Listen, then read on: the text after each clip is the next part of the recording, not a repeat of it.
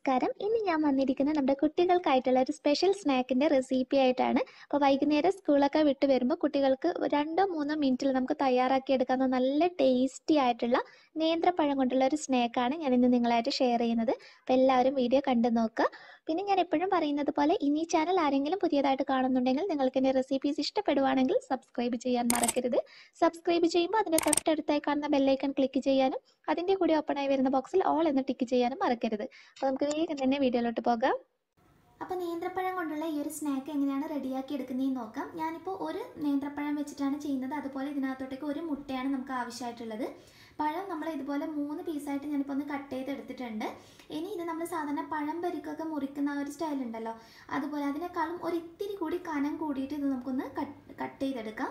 അപ്പോൾ പഴം കണ്ടില്ല, അത്യാവശ്യം ഈ ഒരു സൈസിൽ വേണം നിങ്ങൾ കട്ട് ചെയ്തെടുക്കാൻ വേണ്ടിയിട്ട്. ഒത്തിരി കനം കുറഞ്ഞ് അങ്ങ് മുറിച്ചെടുക്കരുത്. ഈ ഒരു സ്നാക്കിന് വേണ്ടിയിട്ട് അത്യാവശ്യം കണ്ടില്ല ഈ ഒരു സൈസിൽ കട്ട് ചെയ്തെടുക്കാൻ നോക്കുക. ഇനി നമ്മൾ എടുത്ത് വെച്ചിരിക്കുന്ന മുട്ട ഒരു സ്പൂണോ അതല്ലെങ്കിൽ വിസ്കോ ഉപയോഗിച്ചിട്ട് നന്നായിട്ടൊന്ന് ബീറ്റ് ചെയ്തെടുക്കാം. ഒന്ന് ജസ്റ്റ് ഒന്ന് പതപ്പിച്ചെടുത്ത് മതി. അപ്പോൾ ഇതിനകത്തോട്ടേക്ക് നിങ്ങൾക്ക് ഈ മുട്ടയുടെ ടേസ്റ്റ് ഇഷ്ടമല്ല എന്നാണെങ്കിൽ മാത്രം, അതായത് മുട്ടയുടെ ആ ഒരു കുത്തൽ വരുന്നത് ഇഷ്ടമല്ല എന്നാണെങ്കിൽ നിങ്ങൾക്ക് ഒരിത്തിരി ഇതുപോലെ ഒരു 1/4 ടീസ്പൂൺ എടുത്ത് ഏലക്കപ്പൊടി ചേർത്ത് കൊടുക്കുക. ഓപ്ഷണലാണ്, ഒരു നിർബന്ധമില്ല, വേണമെങ്കിൽ മാത്രം ചേർത്ത് കൊടുക്കുക. ഇനി നമ്മൾ കട്ട് ചെയ്ത് വെച്ചിരിക്കുന്ന ഓരോ സ്ലൈസ് പഴവും ഇതിനകത്ത് വെച്ച് ഒന്ന് ജസ്റ്റ് കോട്ട് ചെയ്തെടുക്കുക. മുട്ടയായിട്ടൊന്ന് ജസ്റ്റ് കോട്ടായി കിട്ടിയാൽ മാത്രം മതി. ഒരു നേരിയ രീതിയിൽ, അതായത് ഒരു മുട്ടയൊക്കെ നമുക്ക് അതുകൊണ്ട് തന്നെ ധാരാളമാണ് ഈ ഒരു സ്നാക്ക് റെഡിയാക്കി എടുക്കുന്നതിന് വേണ്ടിയിട്ട്. അപ്പോൾ ഒന്ന് ജസ്റ്റ് കോട്ട് ചെയ്തെടുക്കാം. അപ്പോൾ ഒരു പീസ് ഞാൻ നന്നായിട്ടൊന്ന് കോട്ട് ചെയ്തെടുത്തിട്ടുണ്ട്.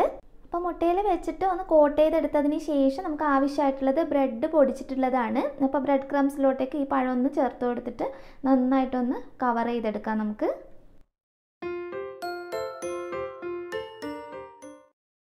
അപ്പോൾ ഇതുപോലെ വേണം കോട്ട് ചെയ്തെടുക്കാൻ വേണ്ടിയിട്ട്. ഇതുപോലെ നമുക്ക് മുഴുവൻ പഴവും ഒന്ന് റെഡിയാക്കി എടുക്കാം. അപ്പോൾ മുഴുവൻ പഴവും ഞാൻ ബ്രെഡിൽ നന്നായിട്ടൊന്ന് കോട്ട് ചെയ്തെടുത്തിട്ടുണ്ട്. ഇനി നമുക്കിതൊന്ന് ഫ്രൈ ചെയ്തെടുക്കാം. അപ്പോൾ ഫ്രൈ ചെയ്തെടുക്കുന്നതിനായിട്ട് ഒരു പാൻ വെച്ച് അത് നല്ലതുപോലെ ചൂടാക്കിയെടുക്കാം. ചൂടായതിന് ശേഷം നമുക്ക് ഇതിനകത്തോട്ടേക്ക് എണ്ണ ഒഴിച്ചു കൊടുക്കാം. അപ്പോൾ ഞാനിപ്പോൾ വെജിറ്റബിൾ ഓയിലാണ് ഒഴിച്ചു കൊടുക്കുന്നത്. നിങ്ങൾക്ക് ഏത് എണ്ണയിൽ വേണം, വെളിച്ചെണ്ണയിലാണ് ചെയ്യേണ്ടതെങ്കിൽ വെളിച്ചെണ്ണയിൽ ചെയ്തെടുക്കാം. അതുപോലെ നിങ്ങൾക്ക് നെയ്യുടെ ഒരു ഫ്ലേവർ വേണമെന്നാണെങ്കിൽ വെളിച്ചെണ്ണയോ വെജിറ്റബിൾ ഓയിലോ ഒഴിച്ചതിന് ശേഷം 1-2 ടേബിൾ സ്പൂൺ നെയ്യ് കൂടി ഇതിനകത്തോട്ടേക്ക് ഒഴിച്ചു കൊടുക്കാം. അപ്പോൾ ആ നെയ്യുടെ കൂടി ഒരു ഫ്ലേവർ ഉണ്ടാകും ഇതിന്. അപ്പോൾ എണ്ണ നന്നായി ചൂടായി വന്നിട്ടുണ്ട്. ഇനി നമുക്ക് പഴം ഓരോന്നായിട്ട് ഇതിനകത്തോട്ടേക്ക് വെച്ച് കൊടുത്തിട്ട് ഒന്ന് ഫ്രൈ ചെയ്തെടുക്കാം. ഒത്തിരി ഹൈ ഫ്ലെയിമിലിട്ടിട്ട് ചെയ്യരുത് കേട്ടോ, ഒരു ലോ ടു മീഡിയം ഫ്ലെയിമിലിട്ടിട്ട് ചെയ്തെടുക്കാൻ വേണ്ടിയിട്ട് നോക്കാം. അതില്ലെങ്കിൽ ഇത് പെട്ടെന്ന് അങ്ങ് കരിഞ്ഞു പോകും.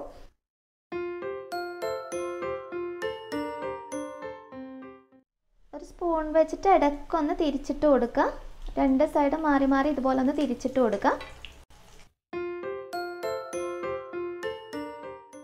നിങ്ങൾക്ക് വേണമെങ്കിൽ ഒത്തിരി എണ്ണ ഒഴിച്ചിട്ട് അതിനകത്ത് മുക്കി പൊരിച്ചെടുക്കാം കേട്ടോ. ഞാനിപ്പോൾ അങ്ങനെ ചെയ്തിട്ടില്ല. ജസ്റ്റ് പാനിലോട്ട് ഒരു ഇത്തിരി എണ്ണ ഒഴിച്ചിട്ട് കുറച്ചധികം സമയം എടുത്ത് ചെയ്യണമെന്നേ ഉള്ളൂ. ഇതുപോലെ ചെയ്യുമ്പോൾ ഒരു ലോ ടു മീഡിയം ഫ്ലെയിമിലിട്ട് ഇടയ്ക്കിടയ്ക്ക് തിരിച്ചും മറിച്ചിട്ട് കൊടുക്കാം.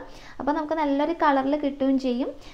ഒരു അത്യാവശ്യം കുറച്ച് സമയം അധികം എടുക്കുന്നുള്ള ഒരു വ്യത്യാസം മാത്രമേ ഉള്ളൂ. അപ്പോൾ നിങ്ങൾക്ക് എളുപ്പ പണിക്കാണെങ്കിൽ വേണമെങ്കിൽ ഒത്തിരി എണ്ണ ഉപയോഗിച്ചിട്ട് അതിനകത്ത് മുക്കി പൊരിച്ചെടുക്കാവുന്നതാണ്. അപ്പോൾ നമ്മുടെ ആദ്യത്തെ ബാച്ച് ഇവിടെ റെഡി ആയിട്ടുണ്ട്. നല്ല ക്രിസ്പി ആയിട്ടാണ് ഇത് ഇരിക്കുന്നത്. നമുക്കൊരു പ്ലേറ്റിനകത്തോട്ടേക്ക് മാറ്റാം. ഞാനിപ്പോൾ ഒരു ടിഷ്യൂ പേപ്പറിനകത്തോട്ടേക്കാണ് കേട്ടോ മാറ്റുന്നത്. അപ്പോൾ എക്സ്ട്രാ എണ്ണ എന്തെങ്കിലും ഉണ്ടെങ്കിൽ അതങ്ങ് പോയിക്കോളും. ഒന്നുകിൽ നിങ്ങൾക്ക് കിച്ചൺ ടവലിനകത്തോട്ടേക്കോ അതല്ലെങ്കിൽ ഇതുപോലെ ടിഷ്യൂ പേപ്പറിനകത്തോട്ടേക്കോ മാറ്റാവുന്നതാണ്. നല്ല ക്രിസ്പി ആയിട്ടാണ് ഉള്ളത്. അപ്പോൾ ബാക്കിയുള്ളത് കൂടി നമുക്കൊന്ന് ഫ്രൈ ചെയ്തെടുക്കാം.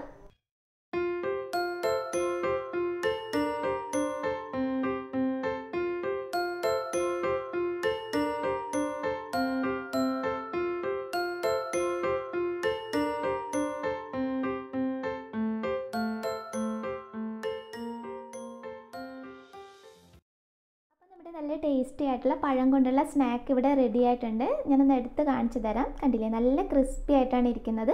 കഴിക്കാൻ നല്ല ടേസ്റ്റിയാണ് കേട്ടോ. കുട്ടികൾക്കൊക്കെ ഒത്തിരി ഇഷ്ടമാകും. അപ്പോൾ നിങ്ങൾക്ക് സെർവ് ചെയ്യുന്ന സമയത്ത് ഇതിൻ്റെ മുകൾ ഭാഗത്ത് തേൻ ഒഴിച്ചിട്ടും അതുപോലെ നെയ്യ് ഒഴിച്ചിട്ടൊക്കെ സെർവ് ചെയ്യാവുന്നതാണ്. അപ്പോൾ ഞാനിതിൽ കുറച്ച് നെയ്യ് തൂക്കി കൊടുത്തിട്ടുണ്ട് കേട്ടോ. നമ്മൾ ഉണ്ടാക്കി കഴിഞ്ഞതിന് ശേഷം അതിൻ്റെ മുകൾ ഭാഗത്തായിട്ട് കുറച്ച് നെയ്യ് തൂക്കിയിട്ടുണ്ടായിരുന്നു. അത് ഓപ്ഷണലാണ്, ഇഷ്ടമുണ്ടെങ്കിൽ ചെയ്തെടുക്കാം. അപ്പോൾ നെക്സ്റ്റ് വീഡിയോയിൽ ഇനി നല്ലൊരു വെറൈറ്റി ഡിഷായി കാണാം. അതുവരെ ടേക്ക് കെയർ, ബൈ ബൈ.